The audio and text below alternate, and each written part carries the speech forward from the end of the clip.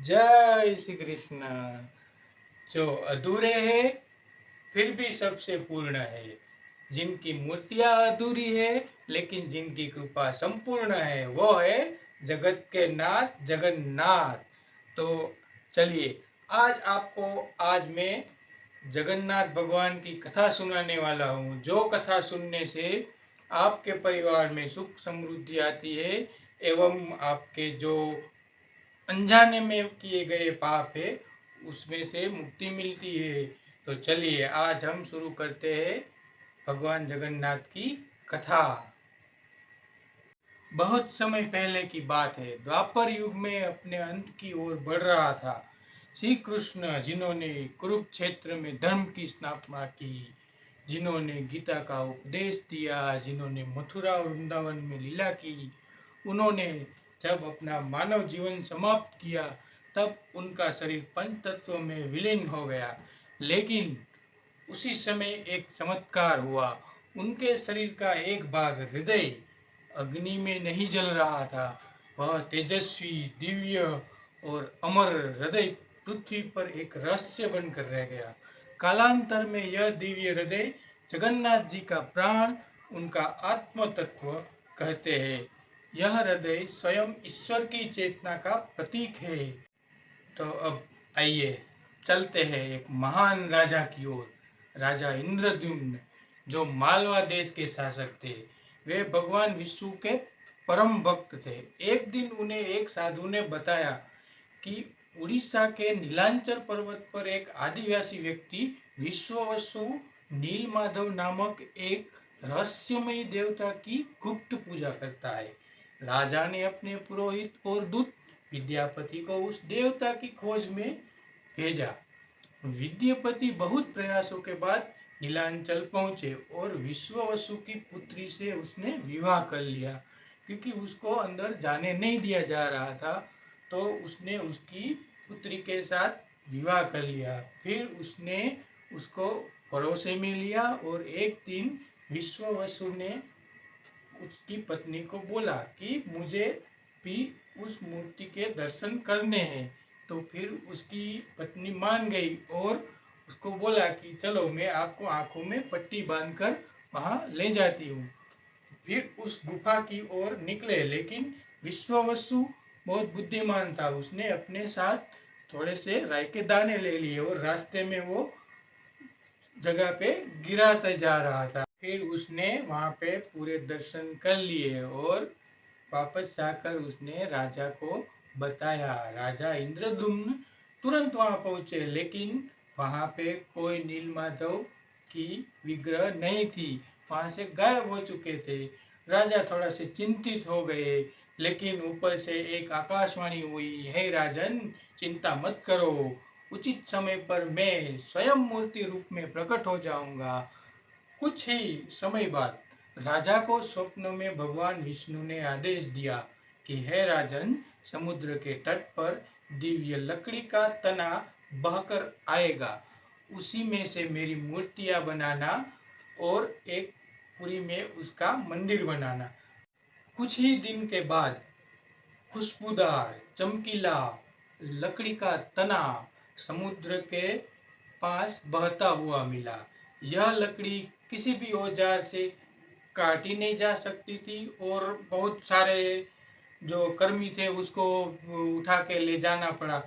तभी उस राजा ने बहुत सारे शिल्पकार को बुलाया, लेकिन किसी ने भी इस मूर्ति को बना नहीं सकते थे कि इसमें से भगवान श्री जगन्नाथ का विग्रह, श्री बलभद्र और सुभद्रा का विग्रह बना सके। लेकिन तभी एक बहुत बूढ़े वृद्ध आए, जो असल में श्री कृष्ण ने भेजे हुए थे और उसका नाम था श्री भगवान विश्वकर्मा।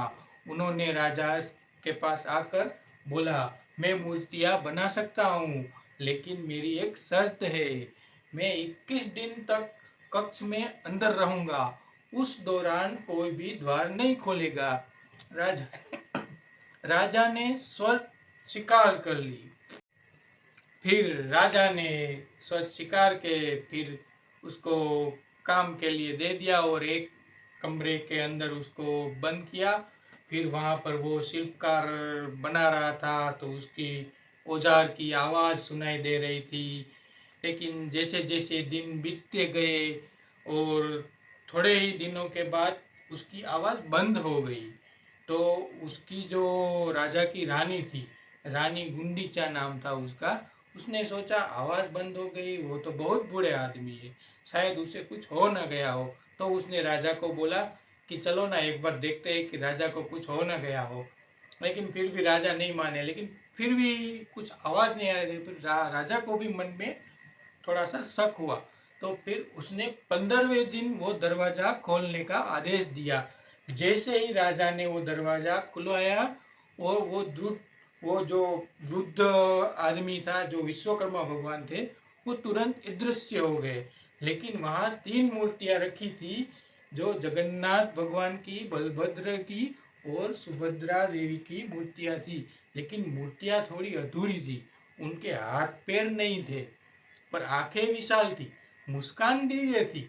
और उनके रूप को देखकर राजा की आंखें भर आई। तभी एक आकाशवाणी हुई, यह मेरे शाश्वत स्वरूप है, मेरे इस रूप में ही पूजा करो, यही मेरा सच्चा विग्रह है, यही स्वरूप है जो आज भी पुरी के श्री मंदिर में स्थापित है। फिर राजा ने तप किया और श्री कृष्ण का हृदय जो जलने के बाद भी बचा था उसको मंगवाया और उसी को जगन्नाथ जी की मूर्ति में रखा गया। इस प्रकार भगवान जगन्नाथ, जिनका अर्थ ही है जगत के नाथ, वह प्रकट हुए। इसी के साथ प्रकट हुए इनके बड़े भाई बलभद्र, बल और साहस के प्रतीक, और उनकी बहन सुभद्रा, ममता और करुणा की मूर्ति। समय बीतता गया, भगवान जगन्नाथ की महिमा पूरे भारतवर्ष में फैल गई। फिर एक बार भगवान जगन्नाथ ने श्री इंद्रदुम्न राजा और उसकी पत्नी गुंडीचा को दर्शन दिए और बोला कि मैं बहुत खुश हूँ, तुम मांगो क्या चाहिए। लेकिन राजा था, राजा ने सब कुछ राजपाट छोड़ दिया था और सिर्फ वो भगवान की पूजा ही कर रहा था। तो उससे तो कुछ आशा नहीं थी कि अब क्या चाहिए, सब कुछ था उसके पास। तो उसने सिर्फ ऐसा ही मांगा, क्योंकि वो एक बार जब बाहर निकल रहा था तो सब उसको बोल रहे थे कि देखिए वो राजा है, वही जगन्नाथपुरी बनवाई थी, वही राजा है। तो राजा के मन में एक संकोच था, इसीलिए वो राजा ने भगवान से सोचा सोचा कि चल मैं कुछ ऐसा मांगता हूँ कि जिसके लिए मेरी बड़ाई ना हो। तो उसने फिर भगवान से मांगा कि राजा आप हमको सिर्फ एक ही चीज़ दे दीजिए, जो हमको चाहिए वो है मेरा वंश आगे ना बढ़े। तो भगवान तो थोड़े से हंसने लगे, लेकिन उसकी जो पत्नी थी गुंडीचा, उसको थोड़ा सा मन में संकोच हुआ कि ये क्या है, क्योंकि कोई भी माता होती है तो उसका पहला स्वप्न वही होता है कि उसकी संतान हो, उसको वो बड़ा करे, उसको प्यार दे, लाड प्यार ममता, वही एक स्त्री का सबसे बड़ा गुण होता है। तो भगवान कृष्ण तो समझ गए कि गुंडीचा के कुछ मन में चल रहा है। फिर उसने दोनों का मान रखने के लिए उसने ऐसा वरदान दिया कि, तो इसी प्रकार भगवान श्री कृष्ण ने उसके प्रसन्न होकर उसको वर दिया, उसकी रानी को, कि मैं हर साल आषाढ़ महीने की शुक्ल पक्ष की द्वितीया को अपने भाई और बहन के साथ आपके यहाँ खेलने आऊँगा, और आप मुझे बच्चे की तरह रखना वहाँ पे और लाड प्यार करना, और आपकी ममता का मैं लाज रखता हूँ। इसी प्रकार हर साल आषाढ़ महीने की शुक्ल पक्ष की द्वितीया को यह यात्रा की जाती है और गुंडीचा मंदिर ले जाया जाता है। यह यात्रा केवल प्रतीक नहीं है, यह भगवान का अपने भक्तों के लिए घर के बाहर आना भी है।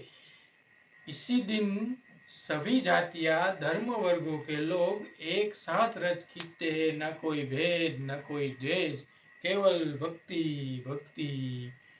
यह भी कहा जाता है कि भगवान केवल उन्हीं भक्तों के पास नहीं जाते जो मंदिर जाते हैं, बल्कि वे खुद बाहर आकर उन भक्तों के पास जाते हैं जो उन्हें मिलना चाहते हैं।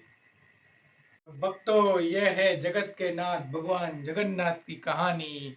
जिनके पास भक्ति है उनके लिए भगवान ही सब कुछ है। जय जगन्नाथ।